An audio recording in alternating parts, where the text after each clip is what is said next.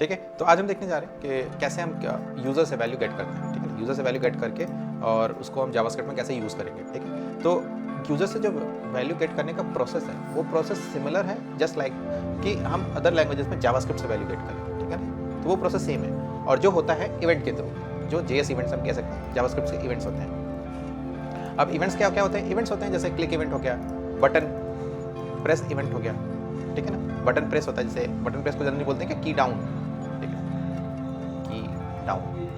ठीक है, जिस तरह से की डाउन है वैसे की अप इवेंट हो गया। ठीक है, ऐसा करके मल्टीपल इवेंट्स होते हैं। की डाउन, माउस ओवर, माउस उसके ऊपर ले जाते हैं तो कभी कभी इफेक्ट चेंज हो जाता है, जैसे बटन्स पे जनरली होता है। बटन्स पे हम जब माउस ओवर लेके जाते हैं उसका कलर चेंज हो जाता है, तो ये भी क्या एक इवेंट के कारण होता है। माउस इन, माउस आउट, ऐसा करके मल्टीपल इवेंट्स हैं। ठीक है, तो अगर हमें कोई भी HTML से वैल्यू, यूज़र का इनपुट, HTML का यूज़र से कोई भी इनपुट हमें JS में चाहिए, उसके लिए किसी न किसी इवेंट का हेल्प लेना ही पड़ता है। विदाउट इवेंट का हेल्प लिए हम कोई वैल्यू गेट नहीं कर सकते। ठीक है, तो हमें जब भी यूज़र से वैल्यू लेना है तो हमें किसी न किसी इवेंट का हेल्प लेना ही पड़ेगा। ठीक है, ऐसे करके वर्क करता है। तो इसी तरीके से हम इसको थोड़ा सा समझते हैं और एक दो एग्जाम्पल पे वर्क करते हैं तो हमें थोड़ा सा क्लियर हो जाएगा कि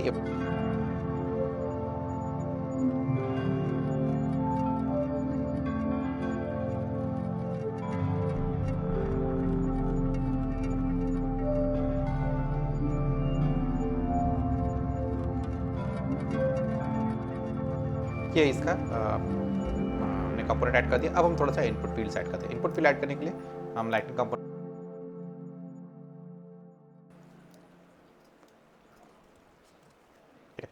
लाइट टेक्स्ट और इंटरसेक्ट टेक्स्ट बना दिया, ये और इसको सेव कर दिया। अब मैं जाके यूआई चेक करता हूँ क्या यहाँ पे शो हो रहा है। ठीक है, ये आ गया हमारा input field. Now input field की वैल्यू मुझे JS में चाहिए। ठीक है, जावास्क्रिप्ट में चाहिए। जावास्क्रिप्ट में हमें कुछ, जाहिर सी बात है, हमें कुछ वेरिएबल्स बनाने पड़ेंगे जो इनकी वैल्यू होल्ड करें। तो इसके लिए हम बनाते हैं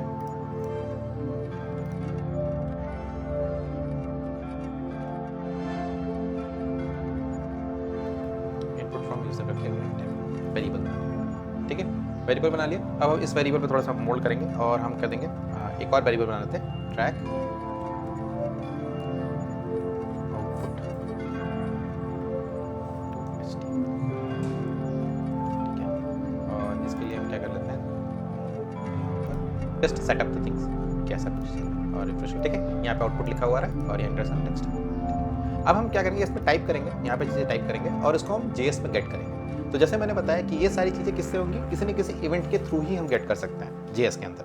तो JS के अंदर गेट करेंगे, जैसे फॉर एग्जांपल अगर हम इस पर कुछ टाइप करते हैं तो हमारे बहुत सारे इवेंट्स वर्क करते हैं।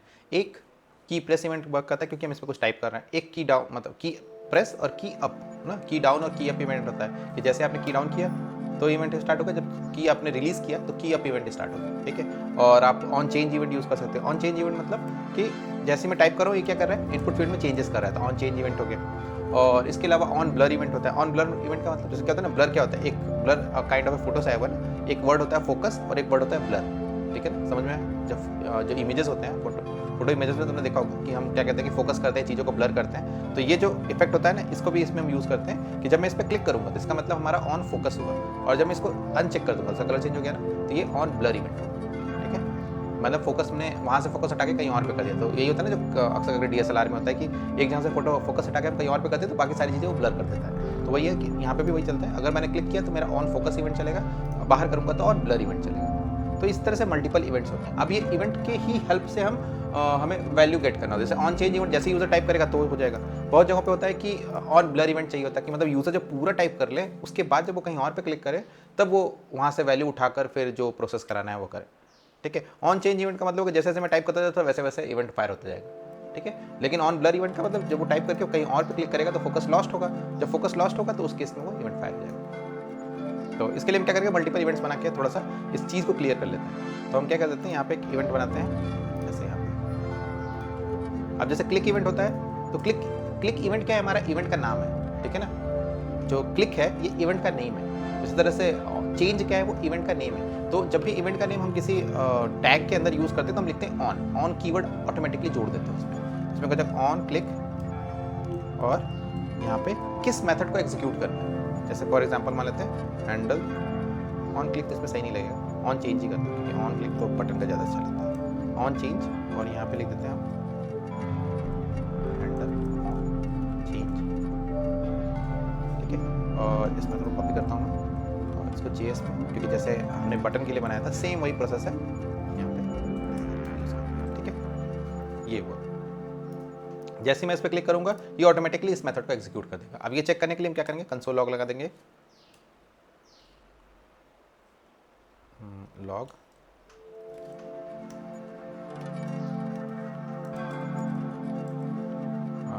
एक मैसेज दे देते हैं, मैसेज में लिख देते हैं कि टाइपिंग, ठीक है, ऐसे करके रिफ्रेश कर दें।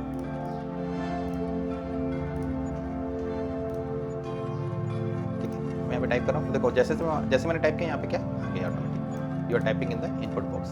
तो इसका मतलब जैसे जैसे मैं टाइप कर रहा हूँ तो ये लॉग्स के नंबर चेंज हो रहे हैं। एक टाइप करूँगा तो हमें नंबर मिलता है, इतनी बार लॉग्स बन रहा है तो वो दिखा रहा है। तो जैसे ही मैं इस पर कर रहा हूँ तो क्या है, ऑन चेंज इवेंट फायर हो रहा है, ठीक है, ऑन चेंज इवेंट फायर हो रहा है।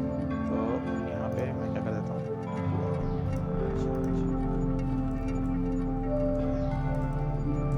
On change. सिमिलरली हम कुछ और मेथड्स भी बना के दे सकते हैं, हैंडल ऑन ब्लर,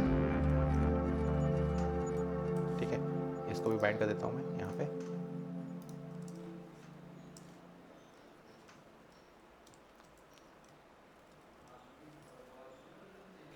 ठीक है, ये हो गया, इसको भी सेव कर देते हैं और यहाँ पर क्लिक करूँ,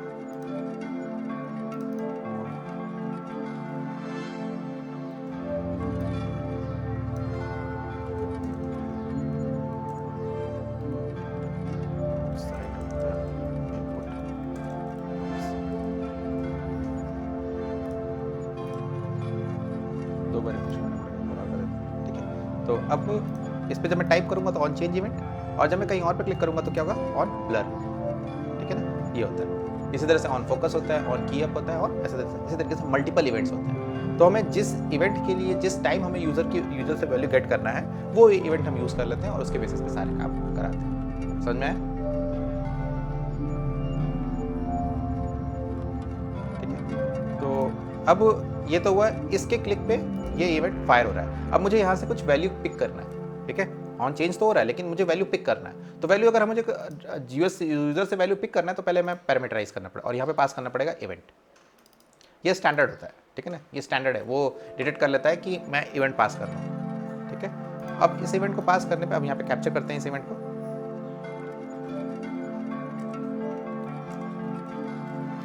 इवेंट का जो कैप्चरिंग का प्रोसेस है वो सब में सेम होता है, ठीक है।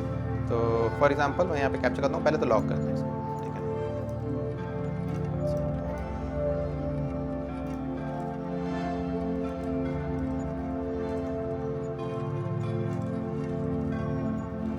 ठीक है, और अगर हमें यूजर से लेना होता है कुछ वैल्यू तो होता है event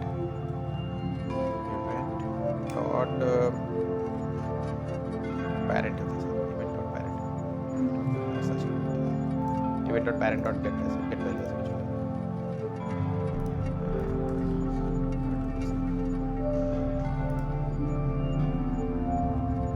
event dot target dot value,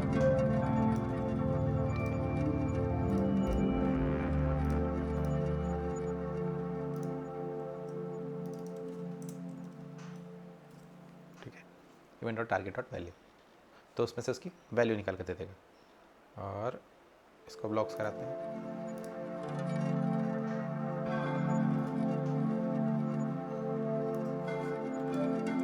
ठीक है, जैसे जैसे मैं टाइप कर रहा हूँ यहाँ पे ये लॉग्स दिख रहे हैं, आई पहले हुआ फिर एम पहले हुआ, ठीक है। आई के बाद मैंने स्पेस टाइप किया तो स्पेस आ गया साथ में, फिर एम, फिर स्पेस। जैसे जैसे मैं टाइप कर रहा हूँ वैसे वैसे इसके लॉग्स बनते जा रहे हैं, ठीक है, ऐसे करके वर्क करता है। Event dot target dot value, अब ये क्या हो गया, वहाँ से वैल्यू कहाँ आ गई, जेएस के अंदर। जेएस के अंदर आ गई तो फिर हम आराम से किसी भी वेरिएबल में स्टोर कर सकते हैं। जैसे मैंने इनपुट फ्रॉम यूजर में स्टोर कर दिया इसकी वैल्यू, ठीक है। और ऑन ब्लर में हम कुछ इसको मैनिपुलेट कर सकते हैं। जैसे मैनिपुलेट करने का हो गया कि मैं इसको क्या कर देता हूँ,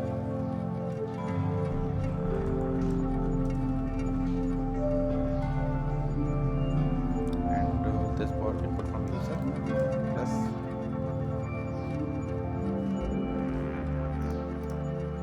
इसको प्लस इक्वल टू कर देते हैं। ठीक है, तो ये होता है इवेंट्स, और इवेंट्स के थ्रू हम क्या करते हैं, वैल्यू गेट करते हैं अपने JS में। फिर उसके बाद जैसा एक्टिविटी, जैसा जो भी हमें कैलकुलेशन परफॉर्म कराना है वो हम परफॉर्म कराते हैं। तो जो इम्पोर्टेंट है वो है कि ये जानना कि हमेशा किसी न किसी इवेंट के बिना हम गेट नहीं कर सकते हैं, ठीक है, वैल्यू गेट नहीं कर सकते हैं। और अगर वैल्यू गेट मतलब बिना इवेंट का हम वैल्यू गेट नहीं कर सकते, और इवेंट हमारे पास मल्टीपल है, ठीक है, बहुत सारे इवेंट्स हैं और उन सारे इवेंट्स के मल्टीपल यूज़ केसेस हैं। और इसके अलावा लाइटनिंग कंपोनेंट लाइब्रेरी में हम जा सकते हैं, तो वहाँ पे हमें और भी टाइप के इवेंट्स इनपुट मिल सकते हैं। जैसे ये सारे तो ड्रॉप डाउन्स नहीं है, शायद सेलेक्ट बोलते हैं, ठीक है, ये भी एक काइंड ऑफ इनपुट ही होता है। ये जो ड्रॉप डाउन आता है मल्टी सेलेक्ट सेलेक्ट, ठीक है, ये भी एक इनपुट ही है। तो इसको भी गेट करने के लिए इस केस में हमें ये डायरेक्ट हम यहीं से उठाते हैं, ठीक है। और इसको गेट करने के लिए यहाँ पे भी देखो ऑन चेंज इवेंट होता है, ठीक है, जो इसके चेंज को गेट करते हैं, ठीक है। और इसमें जब हम जाएंगे तो यहाँ पे ऑन चेंज इवेंट के अंदर event dot target dot event dot detail dot value होता है। जब इनपुट होता है तो event dot target dot value होता है, ये सेलेक्ट वाले ऑप्शन में डिटेल डॉट वैल्यू होता है। इसके अलावा अगर हम किसी टैग पे यूज़ करते हैं तो डेटा सेट डॉट वैल्यू होता है,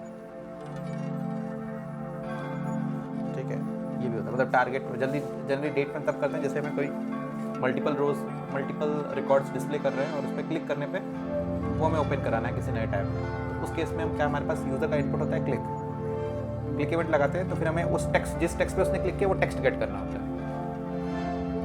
समझे। जैसे मैंने यहाँ पे क्या होता है,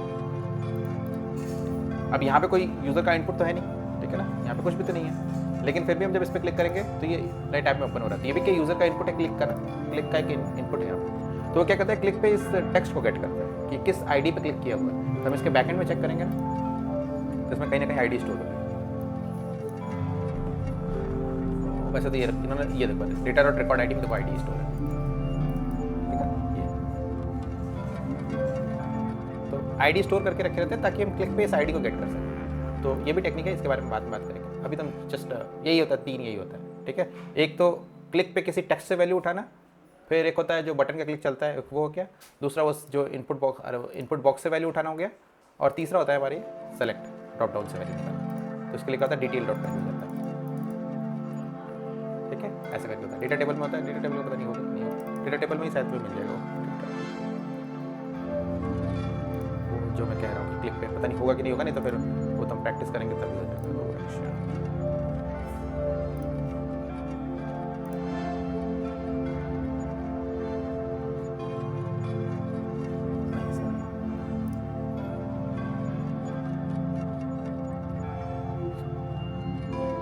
ठीक है, तो इस तरीके से ये वर्क करता है।